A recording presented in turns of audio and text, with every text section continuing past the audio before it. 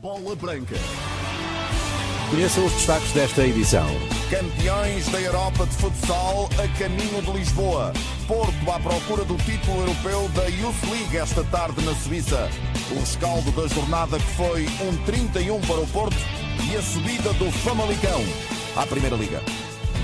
Edição de Bola Branca na Renascença com Pedro Azevedo. Boa tarde, Pedro. Boa tarde, Oscar. Os campeões da Europa de futsal chegam a Lisboa perto das 3 da tarde. O Sporting sagrou-se ontem no Cazaquistão campeão da Europa ao derrotar na final da Liga dos Campeões de Futsal o Kairat por 2-1. Primeiro título europeu para o Sporting no futsal e segundo para o futsal português depois do triunfo do Benfica em 2010. Esta manhã, em declarações a Bola Branca, o diretor das modalidades do Sporting, Miguel Albuquerque, realçou que o Sporting já merecia a conquista do troféu depois de 3 finais perdidas, 2 consecutivas. Primeiro de tudo é um sentimento de dever cumprido, de algo que nós precisamos de tempo e algo que eu acho que o Sporting, por tudo o que já tinha feito na modalidade, merecia, mas também é aquilo que eu fui dizendo ao longo do tempo, que estas conquistas não vêm por mérito, vêm por competência e nós, por muitas vezes que tivéssemos ido à Final Four e à final da competição, nunca tínhamos tido essa competência de vencer. Acho que este ano nos apresentámos a um nível altíssimo, fomos claramente a melhor equipa desta competição e que fez com que vencêssemos a competição. Um troféu muito importante para o Sporting, um troféu importante para o desporto nacional e para o futsal português em particular. A equipa do Sporting chega esta tarde a Lisboa, perto das 3 horas. Às 7 haverá festa no pavilhão João Rocha. Antes, às 5 da tarde, será recebida na Câmara de Lisboa. O diretor das modalidades do Sporting tinha prometido voltar com a taça antes da partida para o Cazaquistão. Disse-o publicamente à saída de Portugal, quando viemos para cá, que tinha a certeza absoluta que nós hoje voltaríamos com a taça a Portugal. Já o disse ontem também, às vezes há coisas que parecem que estão escritas na história. A Almaty em 2011 foi o local onde nós perdemos a primeira final, depois voltámos a perder novamente em 2017 com o Inter, uma derrota pesada, aquela derrota de 7-0, e esta terceira final em Almaty eu tinha a certeza absoluta que ia cair para o nosso lado, porque nós estávamos muito focados naquilo que era o nosso objetivo, um espírito entre ajuda muito grande, mas acima de tudo também um sentido de responsabilidade enorme, e perceber aquilo que era a importância deste título para o Sporting e o momento deste título e aquilo que ele significa para o mundo do Sporting neste momento. Nesta entrevista, Bola Branca, antes da partida para Lisboa, Miguel Albuquerque realça a dimensão do feito alcançado pelo futsal leonino, esperando o entusiasmo dos adeptos à espera da equipa esta tarde em Lisboa. Nós, a pouco e pouco, vamos percebendo o feito que nós conquistamos. Ganhar uma Champions League de futsal, com todo o respeito por todas as outras modalidades, mas obviamente que a única comparação possível é o futebol. E é preciso que os sportinguistas percebam também a importância dessa competição. Com isso quer dizer o quê? Com isso quer dizer que, obviamente, que espero um aeroporto lotado à espera desta equipa, porque eles merecem, de facto, eles merecem esse valor, merecem esse reconhecimento pelos sportinguistas, pelo aquilo que eles fizeram, e como o Presidente já o disse também, eles tornaram-se de facto imortais naquilo que é a história do Sporting. Sporting campeão da Europa de futsal e o Porto esta tarde à procura do primeiro título para o futebol português da Youth League, a Liga Jovem da UEFA de futebol de sub-19. Às 5 da tarde em Nyon, na Suíça, o Porto joga a final da competição frente ao Chelsea. O técnico portista Mário Silva quer fazer história. Queremos ser iguais a nós próprios. Queremos apresentar-nos a um bom nível, temos todas as condições para o fazer. Sinto os jogadores muito motivados, acima de tudo muito confiantes e a quererem ganhar este jogo que é tão importante para todos eles, para todos nós e que se o fizermos, fazemos história. E isso foi para isso que viemos para cá.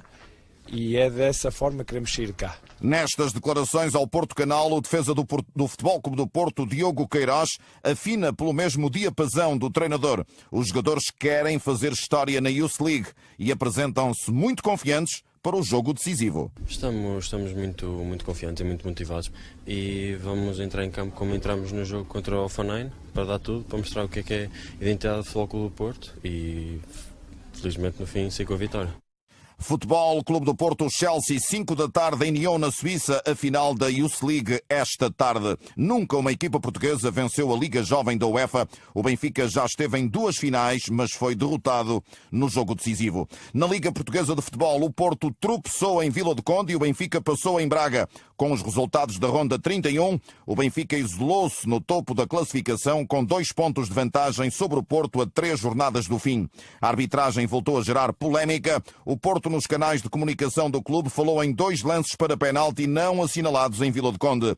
Ontem, o ex-técnico portista André Vilas-Boas, nas redes sociais, qualificou de ridículo o primeiro penalti assinalado a favor do Benfica em Braga. O antigo árbitro e atual comentador de arbitragem Duarte Gomes, em declarações à Bola Branca, admite erros, mas realça as decisões certas dos árbitros nos 2 jogos dos candidatos ao título. Foram jogos que tiveram, de facto, muitos lances nas áreas, muitos lances de eventual sanção disciplinar, muitas situações de dúvida, e quando digo de dúvida, são lances que, de facto, podem originar várias leituras, como originaram, em que os árbitros estiveram bem em muitas decisões, e é importante dizê-lo, mas também terão cometido erros em alguns lances, e, portanto, não tem sido fácil a vida dos árbitros nesta fase. Nunca é fácil a vida dos árbitros num contexto de pressão tão grande e de ruído exterior tão forte, e, portanto, eles vão fazendo os pequenos milagres que conseguem, mas obviamente não estão imunes ao erro. Duarte Gomes considera ainda não concordar com influência dos árbitros nos resultados do fim de semana. A questão da influência da arbitragem no resultado é uma conversa que tem há muitos anos e de facto faz algum sentido, porque há decisões dos árbitros que são erradas e que têm influência direta no resultado, mas também têm influência direta no resultado os golos que se falham à frente da baliza, os guarda-redes que são mal batidos e as opções técnicas dos treinadores que nem sempre são as melhores. E, portanto, quando falamos em influência de resultado, temos de ter a capacidade para ver a coisa no todo e não apenas na parte que nos interessa. De qualquer forma, o que é certo é que houve lances nas áreas e, portanto, os tais lances suscetíveis de influenciar o marcador que tiveram decisões dúbias e, sobretudo, decisões que, em alguns casos, entre um jogo e outro, de lances aparentemente semelhantes, que tiveram decisões diferentes. Isso depende sempre da interpretação de quem está em campo, das poucas certezas ou pouca legitimidade para intervir de quem está no VAR, e pronto, e o que sai daqui são mais discussões para o futebol, porque nós de facto colocamos muito o foco da verdade do jogo nas decisões dos árbitros, quando as decisões dos árbitros são consequências das decisões que os jogadores tomam em campo, das faltas que cometem, das ações que praticam. Duarte Gomes, numa parceria Bola Branca Kick-Off, o portal do ex-árbitro sobre arbitragem. Após a jornada 31, o Benfica lidera com 2 pontos de vantagem sobre o Porto até ao fim do campeonato nas 3 rondas que restam. O Benfica recebe o Portimonense, vai a Vila do Conde e joga na última ronda na Luz com o Santa Clara. O Porto recebe o Aves, vai à Choupana defrontar o Nacional e atua no Dragão com o Sporting na última jornada. Para o antigo dirigente do futebol do Benfica, António Figueiredo, a euforia não ajuda.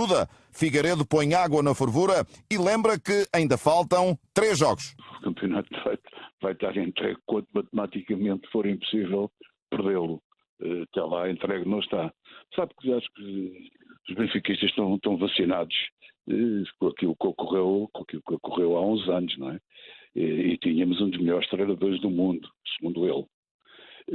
E com 4 pontos de avanço a 2 jornadas do fim, o campeonato foi-se. Portanto, isto, como diz o adágio popular, até ao lavar dos cestos é vindima. Não temo que haja aqui alguma euforia em demasia? Sei, por exemplo, que ontem estavam várias centenas de benfiquistas à espera da equipa no Estádio da Luz. Não teme isso, não? Não temo isso, só aviso para que essas euforias não se possam transmitir à equipe, o que eu creio que não ocorre, porque estão bem cientes de que é necessário fazer mais 7 pontos para ser campeão. Na segunda liga, tudo decidido quanto às equipas promovidas. Passos de Ferreira e Famalicão sobem à primeira liga. Há uma semana o Passos de Ferreira fez a festa, ontem foi a vez do Famalicão. A equipa famalicense, orientada por Carlos Pinto, venceu o Vitória de Guimarães B por 4-1 e a 3 jornadas do fim assegurou a subida à primeira liga. 25 anos depois, o Famalicão está de regresso ao escalão máximo do futebol português. O investidor do Famalicão, o israelita Idan Ofer, assistiu ao jogo da subida e à festa famalicense. É o mesmo investidor que detém 32% da SAD do Atlético de Madrid. Miguel Ribeiro, diretor desportivo do Famalicão, explica em bola branca o atual desenho da SAD do Famalicão e o sucesso do projeto dos famalicenses. Aproveito a sua pergunta para desmistificar a questão dos investidores e das apostas. Não, o que há é uma sociedade anónima desportiva cuja acionista maioritária é a Quantum Pacific e dentro do seu universo de investimento da Quantum Pacific detém 51% do Futebol Clube do Famalicão, como detém 32% do Atlético de Madrid, como tem companhias de embarcações, como tem outras atividades comerciais relevantes e é o acionista maioritário do Famalicão.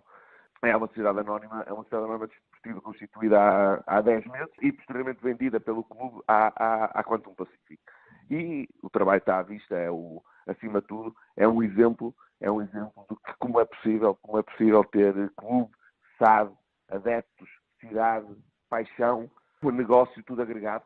E de facto, em 10 meses nós conseguimos levar bem alto o nome de Famalicão, conseguimos cimentar a nossa marca, conseguimos fazer-nos seguir de adeptos apaixonados, fervorosos, que coloriram os estádios, que deram um novo elan à segunda Liga, porque qualquer espetáculo televisivo de Famalicão era um verdadeiro espetáculo. Ainda ontem, quer no jogo de manhã, quer na cidade à noite, foi qualquer coisa de fantástico e que demonstra a capacidade de Famalicão e da gente de Famalicão para perceber o quão importante é um investimento e como respeitar o investimento, seja ele externo ou nacional, e mesmo assim conseguirem perceber que o que importa, afinal, será sempre um símbolo, porque um clube estará sempre acima de toda e qualquer sociedade anónima desportiva, ou SEDUC. Por isso, dar-lhes os parabéns e agradecer-lhes o suporte que tivemos ao longo de toda a época, por terem a capacidade de perceber que, de facto, o Famalicão é sempre um símbolo maior e que nos fez apaixonar e nos faz apaixonar a todos naquela cidade. E acho que estão orgulhosos do trabalho feito. O Famalicão subiu à Primeira Liga sob o comando de Carlos Pinto, que há 5 jornadas rendeu no cargo Sérgio Vieira, mas ainda não está definido se o Famalicão será orientado pelo atual treinador na próxima temporada. Ainda não está definido, até porque ele termina o contrato no final desta época, ainda nos vamos sentar, ainda temos 3 jogos pela frente. Muito trabalho pela frente na preparação da próxima época. Miguel Ribeiro, diretor desportivo do Famalicão. No ténis, João Sousa inicia amanhã a defesa do título no Estoril Open, defrontando o australiano Alexei Popyrin. Esta tarde estarão em ação Pedro Sousa e João Domingues. Acompanha a prova o jornalista João Fonseca, que está em direto. Boa tarde. Boa tarde, Pedro. E é precisamente João Sousa, a grande figura do ténis português, que há poucos instantes esteve aqui numa zona reservada à conversa com jornalistas. Ele que, recorde-se, venceu o Estoril Open o ano passado e que tem as expectativas também de voltar a ganhar este ano, embora reconheça as dificuldades do torneio. Um torneio, tenho tido estes dias de adaptação, preparar da melhor maneira este torneio. Já conheço o adversário, que é sempre aquela incógnita de não saber o adversário, para poder preparar da melhor maneira esse encontro e, portanto, com muita vontade de poder fazer um bom torneio, com ambição máxima, como sempre, com garra, com essa motivação extra de poder jogar em casa, com o apoio do público. Acho que o apoio do público o ano passado foi fundamental para vencer este título e, portanto, acredito que o público vai assistir em massa e vamos tentar ajudar para cada encontro tentar essa vitória. As expectativas em alta de João Sousa. Ele é o número 51 do mundo, é o 11º cabeça de série deste Estoril Open, ele que vai amanhã jogo frente ao australiano Alexei Popyrin. Para hoje, já o disseste, Pedro, estão marcados então esses 2 jogos de portugueses, Pedro Sousa contra o norte-americano Opelka às 3 da tarde e por volta das 5 da tarde irá outro português a jogo, João Domingos, frente ao australiano Alex de Minaur. Obrigado, João Fonseca, a Renascença, a acompanhar o Estoril Open. Feridos, mas livres de perigo, os jogadores de Djalma do Porto e Baiano do Braga, no acidente desta manhã que vitimou na Turquia o internacional checo Josef Sousa. Bola Branca.